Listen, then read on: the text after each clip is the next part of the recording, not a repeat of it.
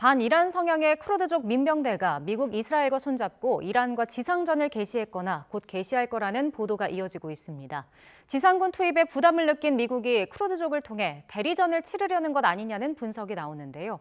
이주한 한국외대 페르시아어 이란학과 교수 모시고 자세한 이야기 나눠보겠습니다. 교수님 어서 오십시오. 네, 안녕하세요. 네, 쿠르드족이 이란을 겨냥한 지상공격 작전에 들어갔다 이런 보도가 계속 나오고 있는데 아직 참전 여부에 대해서는 보도가 좀 갈리는 것 같더라고요. 가능성은 어느 정도로 보시나요? 우선은 서구 언론에서 지금 이야기하는 것은 쿠르드족이 이미 이란 국경을 넘어서 지금 투입이 됐다 이렇게 이야기를 하고 있고 네. 또 지금 현재 이라크에 있는 쿠르드족 그 자치정부 측 입장은 이제 그런 것을 지금 부인하고 있는 지금 상황이거든요. 네. 이걸 보면은 그 지역 세력을 활용해서 그 대리전 방식을 취하는 것은 미국이 중동 정책에서 오랫동안 취했던 그런 정책 중에 하나입니다. 네. 근데 미국이 지금 이런 정책을 취함으로써 결국 노리고 있는 것은 이란의 정권 교체를 지금 염두에 두고 있는 것 같은데 네. 사실은 그 가능성은 지금 크게 높지 않아 보입니다. 지금 개전 초반에 미국이 의도한 대로 되지 않기 때문에 결국엔 지상군을 투입한다는 이야기가 계속 나오고 있는 것이거든요. 네. 그래서 이건 향후에 좀 더 지켜봐야 되겠지만 정권 교체까지 갈 가능성은 그렇게 높지 않다 이렇게 보고 있습니다. 네. 근데 이제 미국 백악관이 무기를 제공하지는 않았다고 밝히면서 트럼프 대통령이 쿠르드족 지도부와 접촉을 했다 이렇게 밝혔거든요. 이건 어떤 의미로 저희가 받아들여야 할까요? 앞에서 말씀드렸듯이 일단 개전 초기에 미국의 시나리오는 굉장히 속전속결로 그 이란 최고 지도자죠. 아야톨라 알리 하메네이를 제거하면은 네. 이란의 어떤 그런 정권이 붕괴될 것이라고 생각을 했던 것 같아요. 근데 이란의 반격도 만만치 않았고 이게 지금 굉장히 오랫동안 지금 지속이 되고 있잖아요. 그러니까 네. 미국 입장에서 봤을 때는 이렇게까지 오래 지속될 것 같지 않았는데 지금 이것이 계속 지속이 되니 지금 이제 지상군 투입까지 이야기가 되고 있는 것입니다. 그래서 보면은 지금 트럼프 입장에서는 다른 대안이 없어 보입니다. 미군을 투입하기에는 너무 군사적이라든지 정치적인 그런 좀 부담감이 크거든요. 그리고 네. 미국 같은 경우는 지금도 11월에 중간 선거도 있기 때문에 이런 것들을 고려해 봤을 때 이제 쿠르드족을 통해서 이제 과거에 취해왔던 그런 방식으로 예를 들면 시리아 내전에서도 사실은 미국은 이제 공중에서 폭격을 한다든지 이런 방식을 취하고 네. 쿠르드 민병대들이 이제 싸우는 그런 지상전에서 그런 투입이 돼서 전투를 수행하는 그런 이제 역할 분담을 했었거든요. 네. 이제 그런 방식의 어떤 전투를 생각하는 것 같습니다. 그러니까 미국이 이제 계속 취하는 대리전 방식이 앞서서도 계속 해왔던 방식이다라고 얘기해 주셨는데 쿠르드족의 개입 수위에 따라서 이번 전쟁에 좀 변수가 될 수 있다 이런 전망도 나오더라고요. 이게 이란과의 관계가 어떻길래 좀 이런 이야기가 나오는 걸까요? 이란은 기본적으로 다민족 국가입니다. 그러니까 우리가 잘 아는 페르시아족도 있지만 거기에 아제리족도 있고 지금 방금 이제 언급해주신 쿠르드족도 있고 굉장히 다양한 민족 구성을 가지고 있거든요. 예. 그 중에서 그러니까 모든 소수 민족이 모두 다 분리 운동을 하는 것은 아니거든요. 예. 그 중에서 쿠르드족은 특별히도 좀 그런 이제 움직임이 강한 이제 소수 민족이라고 할 수 있고 그렇기 때문에 이란 그 사회에서도 특히 이란 그는 정부 차원에서도 굉장히 예의주시하고 있는 그런 민족이기도 합니다. 그래서 보면은 과거에도 실제로 쿠르드족 같은 경우는 그 자신들의 정부를 세웠던 그런 또 경험도 있거든요. 역사적 경험이 있는데 네. 예를 들면은 팔레비 정권 때, 그러니까 지금 현재 이란 이슬람 공화국인데 이게 1979년에 무너지기 전에 이제 팔레비 그런 이제 왕조였죠. 네. 이때 보면은 이제 쿠르드족에서 마바드 공화국을 세웠던 또 그런 역사적인 기록이 있습니다. 오래 가지는 않았지만 그렇기 때문에 이제 호메이니 정권, 그러니까 1979년에 이슬람 혁명이 일어나고 나서도 항상 보면은 이 쿠르드족은 계속해서 그런 어떤 감시의 대상이었던 것이죠. 네. 그래서 반정부 세력으로서 계속 이란에서 지금도 예의주시하고 있는 민족이 쿠르드족입니다. 또 하나 또 언급해 볼 수 있는 것은 예를 들면 2022년에 마흐사 아민의 사망 사건으로 촉발된 반정부 시위 이것도 보면은 네. 결국에는 이 마흐사 아민이라는 그 여성이 쿠르드족이거든요. 이제 그렇기 때문에 더욱더 약간 뭐라고 그래야 돼요? 정부 쪽에서 좀 강경하게 그거를 좀 대처하는 측면이 있었고 이제 이 마흐사 아민이라는 여성이 이제 사망을 하게 되면서 쿠르드족에서부터 또 그렇게 그 반정부 시위가 일어났던 그런 쿠르드족 지역에서부터 이제 그런 측면이 있거든요. 그러니까 항상 쿠르드족은 이란 이제 정부 입장에서는 네. 좀 이렇게 좀 항상 좀 잘 좀 들여다봐야 하는 이제 그런 입장인 것이죠. 네, 그러니까 쿠르드족이 좀 움직임이 강한 소수민족이라서 이란에서도 계속 이렇게 예의주시하고 있다는 건데 실제로 그럼 쿠르드족 민병대가 전투를 했던 경험이 이런 게 많기도 한 건가요? 뭐 쿠르드족 민병대는 예를 들면은 이제 시리아 쪽에서는 그 이제 뭐지 아사드 정권 지금은 이제 붕괴가 됐지만 아사드 네. 정권의 반대 이쪽에서 그러니까 친미 세력으로서 싸웠던 것이 이제 쿠르드 민병대이거든요. 그래서 항상 보면은 이제 쿠르드족은 친미 성향이 굉장히 강했지만 결론적으로 이렇게 역사적인 경험을 봤을 때는 결국에 미국한테 배신을 당한 이제 그런 식으로 이제 귀결이 되거든요. 그래서 네. 이번에도 사실은 이제 그런 이야기가 있어서 쿠르드족이 이제 뭐 그런 미국의 제안에 응하지 않을 것이다 뭐 이런 이야기도 있는데 지금 어쨌든 서구권에서 나오는 언론에서 보도된 내용과 그리고 이라크 그 이제 자치정부 쿠르드 자치정부 쪽에서 이야기한 내용이 네. 조금 이제 다른 면이 있습니다. 네. 근데 이란이 이제 미사일 3발로 쿠르드족 집단 본부를 좀 타격했다라는 보도도 이어지고 있는데 결국 이거는 뭐 경고성 메시지를 줬다 이렇게 봐도 될까요? 그렇게 볼 수 있을 것 같아요. 일단은 그 이라크 북부 쪽이 이제 쿠르드족이 많이 이제 거주하고 있는 지역인데 이쪽에 또 그 쿠르드족의 그 무장 세력들이 있거든요. 네. 이들의 꿈은 결국에는 그겁니다. 그 자신들의 국가를 건설하는 거거든요. 그래서 이 그 쿠르드족이 사실은 이란만 있는 것이 아니고 튀르키예 그리고 또 뭐 시리아 또 뭐 이렇게 이라크 이렇게 이 네 나라에 거쳐서 있는데 물론 가장 많은 쿠르드족이 거주하고 있는 것은 튀르키예입니다. 그렇기 때문에 항상 에르도안 정부도 보면은 이 쿠르드족 문제에 대해서는 굉장히 민감하게 반응을 하는 것이거든요. 2천만 명 이상이 사실은 쿠르드족이 지금 그 이제 그 튀르키예 쪽에 있고 하지만 이란에서도 굉장히 많은 또 이제 쿠르드족들이 있거든요. 그래서 이런 쿠르드족은 항상 이 네 나라의 어떤 그런 이제 감시의 대상이 되고 있는 것이죠. 네. 그 미국이 이제 쿠르드족을 통해서 이제 대리 지상전을 하면서 뭐 이렇게 직접적인 그런 부담은 줄이고 뭐 국경 분쟁을 유도한다거나 내부 봉기를 유발한다 이런 분석도 나오고 있더라고요. 이것도 저희가 그렇게 알면 될까요?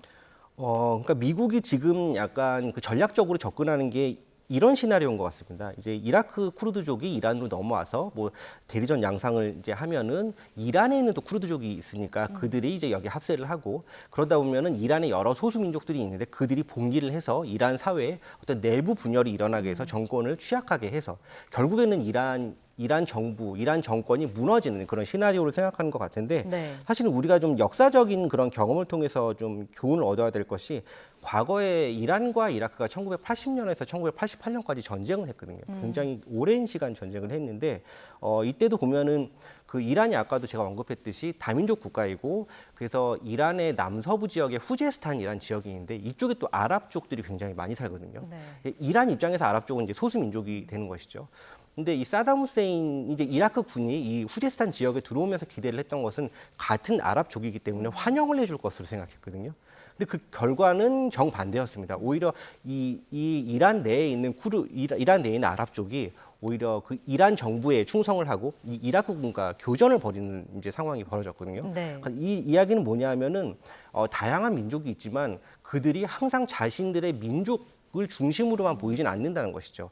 더 큰 틀에서 그 이란이라는 국가에 대한 충성심이 굉장히 강합니다. 이란은 그 내부 결속력이 꽤 강한 나라이거든요. 단일족 네. 국가치고는. 그래서 제가 이란에서 유학 생활할 때도 만나본 많은 그런 소수 민족 친구들을 보면은 이란에 대해서 그런 애국심이 굉장하거든요. 그래서 이것들은 사실은 외부에서는 잘 볼 수 없는 것들인데 이제 직접 이란 내부에 가서 이제 유학 생활을 하면서 보니 생각보다 이란은 그런 결속력이 굉장히 강한 나라라는 것을 느낄 수 있었습니다. 그래서 이란이 지금 미국이 생각하는 그런 어떤 시나리오대로 이란 내부의 그런 정세가 움직일 것인가는 좀 더 지켜봐야 될 것이고요. 그런 가능성은 사실 높진 않다고 봅니다. 네. 그러니까 뭐 하메네이가 사망을 했지만 말씀하신 대로 이란이 내부 결속력이 좀 크고 하다 보면 이란의 신정 체제가 무너지지 않을 수 있다라는 얘기잖아요. 근데 이스라엘군이 이제 경찰 국가 체제를 무너뜨리려고 이란 민병대, 뭐 특수 부대 등을 타격하고 있다고 하는데 그럼 결국 국민들의 봉기를 좀 들고 일어설 수 없을 수도 있겠네요. 그러니까 이스라엘과 미국이 지금 계속 바라는 것이죠. 어떻게 하면은 이란 그 국민들의 봉기를 그러니까 12월, 1월에 굉장히 큰 이제 그런 반정부 시위들이 있었잖아요. 그 정도 규모의 그런 시위를 계속 이끌어내기 위해서 지금 이제 전략을 짜는 것이죠. 네. 우리가 이렇게 해서 이런 과거에 그러니까 과거는 아니고 이제 몇 달 전인데 이런 반정부 시위를 진압했던 이런 세력들을 우리가 좀 타격을 해주면은 그 좀 트라우마라고 그래야 되나 이제 그런 이제 국민들이 이란 국민들이 보고서 그런 그 이스라엘과 미국의 어떤 그런 행동에 같이 동조를 해서 어떻게 좀 봉기가 일어나지 않을까라고 생각을 하는 것 같아요. 네. 근데 이걸 반대로 좀 다른 측면에서 보자면은 사실은 이란에 지금 계속 미국과 이스라엘이 폭격을 하고 있는 상황인데 민간인 피해가 발생하고 있어요. 그리고 얼마 전에는 또 이제 학교도 공습을 이제 오폭으로 네. 잘못해가지고 굉장히 많은 사상자가 발생하고 있거든요.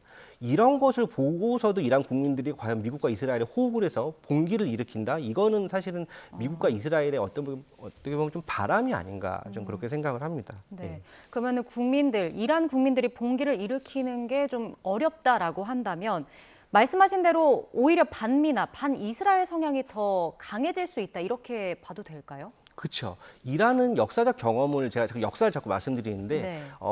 그 역사적 경험을 통해서 보면은 외세의 개입에 굉장히 좀 부정적인 그런 이제 인식을 가지고 있거든요. 뭐 대표적인 예로 팔레비 왕조 때 보면은 모사데크라는 인물이 있어요. 그 이제 석유 국유화 정책을 펼쳤던 인물인데 네. 이 모사데크를 굉장히 이란 국민들의 그런 지지를 받고 있고 신망을 받고 있었던 인물인데 이 모사데크 총리를 끌어내린 이제 그런 이제 주체가 결국 미국이거든요. 미국이 개입을 해서 CIA가 개입을 하고 결국에는 이란이 그렇게 그 지지를 했던 모사데크를 이제 축출을 하고 다시 팔레비 국왕을 복귀시킨 사건이 있어요.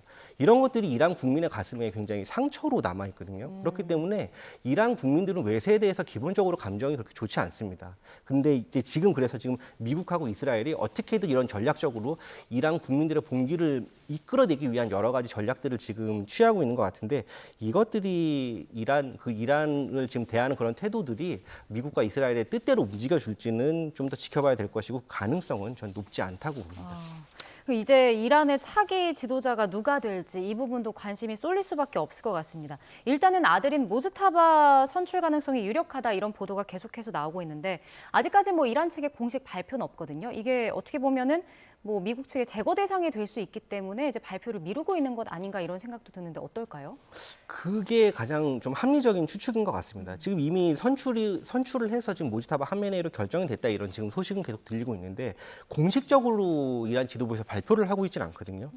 이란에서의 최고 지도자는 굉장히 상징적인 의미를 가지고 있어요. 네. 그 12번째 이맘의 대리인으로서, 네, 이제 신의 대리인으로서의 그런 이제 위상을 가지고 있는 것이 이제 그런 최고 지도자이거든요. 그래서 근데 이게 지금 보면은 굉장히 과거에 그러니까 이제 이 아버지 하메네이죠. 이제 네. 아야톨라 세이드 알리 하메네이가 항상 공개석상에서 언급했던 것이 후계자 구도에서 자신의 아들은 제외시키는 모습을 보였거든요. 그러니까 세습을 좀 반대하지 않았었나요? 그렇죠. 세습을 그거 이제 이슬람의 어떤 그런 관행에 좀 어긋난다고 보는 것이고 그리고 또 하나는 사실은 이란 이슬람 공화국이 이게 지금 수립이 된 것이 팔레비 왕조를 무너뜨리고 세습이 된 건데 팔레비 왕조가 이제 세습해서 지금 군주제였잖아요. 네. 그거를 부정하면서 나온 게 이란 이슬람 공화국이기 때문에 여기서 다시 세습이 이루어진다고 하면은 이것은 이제 맞지 않는 것이죠, 논리적으로. 그렇기 때문에 그 이제 아야톨라 하메네이는 계속해서 그런 자신 아들에게의 세습은 부정적인 입장을 이제 취해왔지만 결국에 이렇게 지금 상황이 벌어진 것은 미국의 공격 그리고 하메네이의 순교 이런 것들이 이제 복합적으로 작용을 하면서 이제 모지타바 하메네이가 결국에는 최고 지도자에 선출된 것으로 보입니다. 이란은 시아파의 종주국이잖아요. 근데 시아파에서는 시아파 이데올로기에서 이 순교라는 개념과 저항이라는 개념은 정말 중요합니다. 시아파의 어떤 그런 시아파를 지탱할 수 있게 하는 뼈대이거든요. 근데 이런 하메네이를 미국이 공격을 해서 순교자로 만들었다는 것은 이란 국민에게 굉장히 큰 충격으로 다가왔고 이것이 결국에는 모지타바 하메네이 그 이제 차남이죠. 차남이 최고 지도자에서 선출될 수 있는 결국 그 이제 이유가 된 것이 아닌가 그렇게 분석할 수 있습니다. 네, 그 최고 지도자가 이란에서는 뭐 신의 위상을 가진 자리이기 때문에 더 관심이 쏠릴 수밖에 없는데 뭐 모스타바 이외에도 뭐 이렇게 차기 지도자로 거론된다거나 이렇게 전망하시는 사람이 따로 있나요?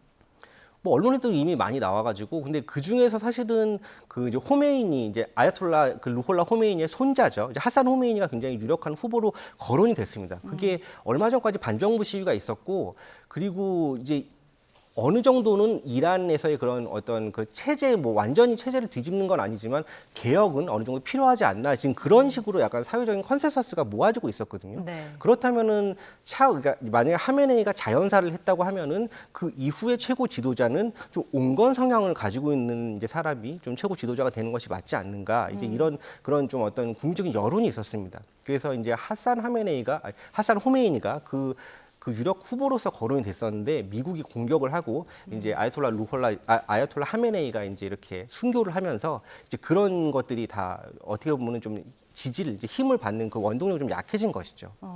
일단은 만약에 모스타바가 이제 최고 지도자 자리에 오른다면 뭐 미국과의 관계에 있어서는 협상보다는 이제 항전한다거나 이렇게 좀 각을 세우는 입장을 계속해서 가져갈 수밖에 없을까요? 일단 겉으로 보이는 대외적인 스탠스는 그렇게 취할 확률이 높고요. 왜냐하면 아버지도 이미 순교자가 됐고 이제 이란 국민들이 지금 굉장히 이게 보면 언론에서는 뭐 하메네이가 그렇게 순교를 하고 나서 굉장히 기뻐하는 뭐 모습도 많이 나오긴 했는데 네. 사실 그 이란 직접 제가 이란에 이제 가서 유학생을 하면서 느낀 것은 이란은 기본적으로 종교 사회입니다. 그렇기 때문에 굉장히 신실한 사람들이 많고 자신들이 시아파 종주국이라는 것에 대해서 자부심을 가지고 있거든요. 그래서 네. 이 하메네이의 죽음을 물론 그렇게 뭐 기뻐하는 또 그룹도 물론 있겠지만 많은 국민들이 정말 많은 그룹들이 슬퍼하고 있거든요. 지금 네, 그렇기 때문에 지금 이게 미국의 공격으로 인해서 지금 약간 상황이 많이 바뀌었다고 지금 볼 수 있는 것이죠. 네. 미국 언론에서는 지금 물밑 협상설도 보도가 됐습니다. 뭐 이란이 미국 CIA에 먼저 물밑 협상을 요청했다라는 건데 일단 이란은 부인을 하고 있거든요. 대화 채널이 뭐 따로 있을까요? 이거에 대한 가능성은 어떻게 보세요? 사실은 겉으로는 그렇게 양측이 다 부인을 하고 있지만 전쟁이 장기화된다는 거는 양측 모두에게 도움이 되지 않거든요. 이란 입장에서도 지금 물론 막대한 피해를 입고 있지만 미국이 물론 최강의 군사력을 가지고 있다고 해도 미국 역시 이제 이 전쟁이 장기화된다고 하면은 군사적인 측면에서나 정치적인 측면에서 모두 이 트럼프 대통령에게 부담이 될 수밖에 없거든요. 그리고 그 트럼프 대통령이 뭐 본인은 여론에 신경 안 쓴다고 하고는 있지만 당장 이제 중간 선거도 있고 그렇기 때문에 이런 미국의 여론을 고려 안 할 수가 없거든요. 근데 네. 지금 미국에서도 보면은 반전 시위가 계속 일어나고 있어요. 지금 이 전쟁을 지지하는 지금 미국 국민이 이제 많지 않다는 것이죠. 그렇기 때문에 이런 것들이 계속 장기전으로 간다고 하면은 부담이 될 수 있기 때문에 네. 물밑에서는 계속 협상이 있다고 이제 봐야 될 겁니다. 그럼 어떻게 볼까요? 휴전 가능성에 대해서는 어떻게 좀 생각을 하시나요? 왜냐하면 이제 국제사회에서도 이제 장기화되는 것에 대한 부담을 느끼고 촉각을 좀 곤두세우고 있는데 어떻게 좀 전망을 하시나요? 근데 이게 휴전이 되려고 하면은 일단 명분이 있어야 되거든요. 그래서 항상 그 사실은 이 전쟁이 있기 전에 이란과 미국이 핵 협상을 하고 있었는데 어느 정도 좀 순항하고 있었던 측면이 있고 그 협상 내용의 골자를 보면은 어느 정도의 좀 체면은 좀 세워달라는 게 이란의 입장이었거든요. 네. 핵과 관련해서. 근데 그것들을 너무 이제 트럼프가 강경하게 밀어붙였던 측면이 있습니다. 그래서 트럼프 같은 경우는 과거에 그냥 오바마 행정부보다 더 좋은, 더 훌륭한 이런 이란과 미국 간의 핵 협정을 만들어내고 싶어하는 것 같아요. 그런 좀 강박관념이 있는 것 같고 그렇기 때문에 강경하게 밀어붙였던 것이 결국 미국과 이제 이란의 그런 핵 협정을 결국엔 타결에 이르지 못하게 하는 지금 그런 결과가 됐거든요. 그러니까 네. 다시 말씀드리면은 양측의 명분이 좀 있어야 되고 이제 휴전을 하려면은 어느 정도 양보하는 그런 좀 모습을 보여야 되겠죠. 네. 근데 이제 이란에 대해서 얘기해 주실 때 외세에 대한 그런 감정이 좋지 않고 이란 국민성도 보면 이렇게 결집하는 모양새가 있다라고 얘기해 주셨는데 뭐 장기화 된다면 휴전을 하지 않으면 이란 측에서도 뭐 지금 미사일이 많이 줄었다라는 보도도 나오고 있고 좀 부담되지 않을까요? 예, 그렇죠. 그래서 지금 이란 같은 경우도 지금 미사일을 이제 계속해서 지금 전같이 많이 지금 쏘지 않는 것이 이제 장기전을 대비하는 것이라고 보여지거든요. 그러니까 계속 이제 미사일의 재고를 확보하는 선에서 이제 그 이게 계속해서 미사일이 필요할 것이기 때문에 사용량을 줄여가는 지금 그런 전략을 취하고 있는 것으로 보입니다. 그래서 네. 지금 보면은 그 미국이나 이스라엘은 이렇게 전쟁이 단기간에 끝날 것이라고 물론 예상을 하고 들어간 것 같은데 이란은 지금 핵 협상을 하면서도 어떤 전쟁을 좀 대비한 측면이 있는 것 같거든요. 근데 많은 군사 시설들이 이미 지하화가 돼 있고 여러 곳에 분산돼 있습니다. 그래서 미국이나 이스라엘이 어느 한 곳을 뭐 이렇게 집중 타격한다고 해서 이란의 군사 시설이 완전히 붕괴되는 것도 아니고 그래서 네. 여러 가지로 좀 장기적으로 이란이 좀 대비를 좀 했던 것 같습니다. 그럼 지금 교수님께서는 이란은 장기전을 대비하고 있다라는 건데 뭐 생활을 해보셨으니까 이란은 그럼 이번 사태에 대해서 좀 장기화할 수 있다라는 거죠. 그러니까 뭐 이번 전쟁이 쉽게 끝나진 않을 거다 이렇게 전망을 하시는 건가요? 만약에 양측이 계속해서 이렇게 대립각을 세운다고 하면은 그렇죠. 이렇게 계속 대립각을 세우면은 장기전으로 갈 수밖에 없겠죠. 근데 제가 아까도 말씀드렸지만 장기적으로 가는 것이 이란에도 물론 좋지 않지만 미국에도 좋지 않거든요. 네. 그래서 이 부분은 아마 이제 어느 정도 시간이 지나고 하면은 양측이 어느 정도 좀 협상을 좀 하는 시점이 오지 않을까. 지금 당장은 아니더라도 이제 그런 시점이 오지 않을까 그렇게 전망하고 있습니다. 네, 말씀하신 대로 사실 트럼프 대통령 입장에서는 11월에 중간 선거도 있고 이게 계속 장기화가 되면 국제 유가가 폭등하는 그런 악영향이 있을 수 있잖아요. 만약에 이란 정권이 쉽게 교체가 되지 않는다는 전제하에 그럼 현실적인 뭐 출구 방법, 대안은 뭐가 있을까요? 일단은 그 미국이나 이스라엘, 특히 이스라엘 쪽에서는 지금 굉장히 두려워하는 것이 이란의 탄도미사일이거든요. 사실 중동 지역에서 이렇게 이스라엘을 타격할 수 있는 나라가 이란밖에 없거든요. 그렇기 때문에 이스라엘 입장에서는 이제 생존의 문제입니다. 그래서 이란의 탄도미사일을 제거하고 이제 뭐 이런 뭐 핵 그런 시설들을 좀 타격하고 이제 이런 것들 때문에 전쟁에 개입을 했고 이제 미국이 같이 좀 지금 이렇게 이스라엘과 미국이 같이 군사 행동을 지금 보이는 양상인데 네. 이게 지금 계속 장기적으로 간다고 하면 미국하고 이란 입장에서는 사실은 좋을 게 없는 것이죠. 그렇기 때문에 어느 정도 시점이 되면은 결국에는 좀 타협점을 찾아야 되지 않을까 이렇게 생각을 합니다. 그래서 이란 같은 경우도 지금 그런 장기전을 대비를 하고 이제 하메네이 같은 경우도 본인의 뭐 순교 같은 것도 이미 다 염두해 두고 그 이후의 시나리오까지 이미 이란 지도부에서 다 어느 정도 가지고 있는 것 같아요. 그래서 네. 이렇게 최고 지도자 한 명이 그렇게 뭐 미국이나 이스라엘이 이렇게 타겟으로 해가지고 이렇게 표적해서 제거를 했다고 해서 그렇게 무너질 그런 사유는 아니거든요. 이란은 어떤 그런 무장 세력이 아니라 국가입니다. 국가이고 이미 거의 반세기 동안 이런 신정 체제를 유지했던 나라이기 때문에 굉장히 체제 결속력도 있고 시스템이 잘 갖춰져 있는 나라거든요. 그래서 그런 것들을 어느 정도 미국하고 이스라엘이 좀 오판한 부분도 어느 정도는 있는 것이라고 좀 생각이 되고요. 그래서 장기전으로 가기 전에 어느 정도 좀 서로 명분도 찾고 좀 타협점을 찾아야 되지 않을까 이렇게 생각합니다. 네, 알겠습니다. 자, 오늘 말씀은 여기까지 듣겠습니다. 지금까지 이주환 한국외대 페르시아어 이란학과 교수와 함께 이야기 나눠봤습니다. 오늘 말씀 고맙습니다. 네, 감사합니다.